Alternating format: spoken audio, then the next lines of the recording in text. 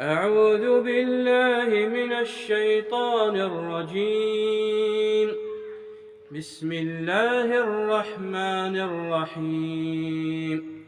تبارك الذي جعل في السماء بروجا وجعل فيها سراجا وقمرا منيرا، وهو الذي جعل الليل والنهار خلفة لمن أراد أن يذكر أو أراد شكورا. وعباد الرحمن الذين يمشون على الأرض هونا وإذا خاطبهم الجاهلون قالوا سلاما. والذين يبيتون لربهم سجدا وقياما، والذين يقولون ربنا اصرف عنا عذاب جهنم إن عذابها كان غراما إنها ساءت مستقرا ومقاما. والذين إذا أنفقوا لم يسرفوا ولم يقتروا وكان بين ذلك قواما.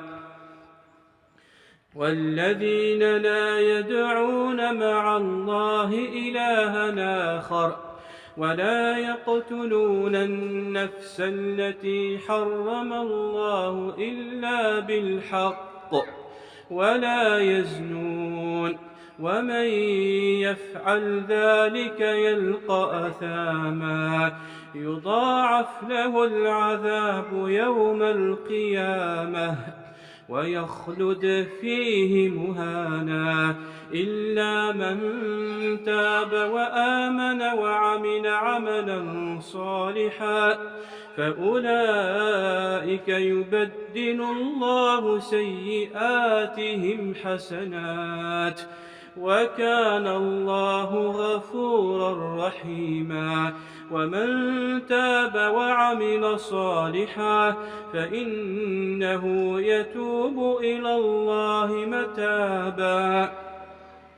والذين لا يشهدون الزور وإذا مروا باللغو مروا كراما. والذين إذا ذكروا بآيات ربهم لم يخروا عليها صما وعميانا. والذين يقولون ربنا هب لنا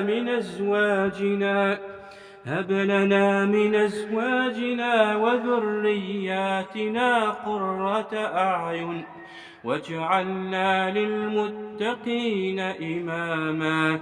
أولئك يجزون الغرفة بما صبروا ويلقون فيها تحية وسلاما خالدين فيها حسنت مستقرا ومقاما. قل ما يعبأ بكم ربي لولا دعاؤكم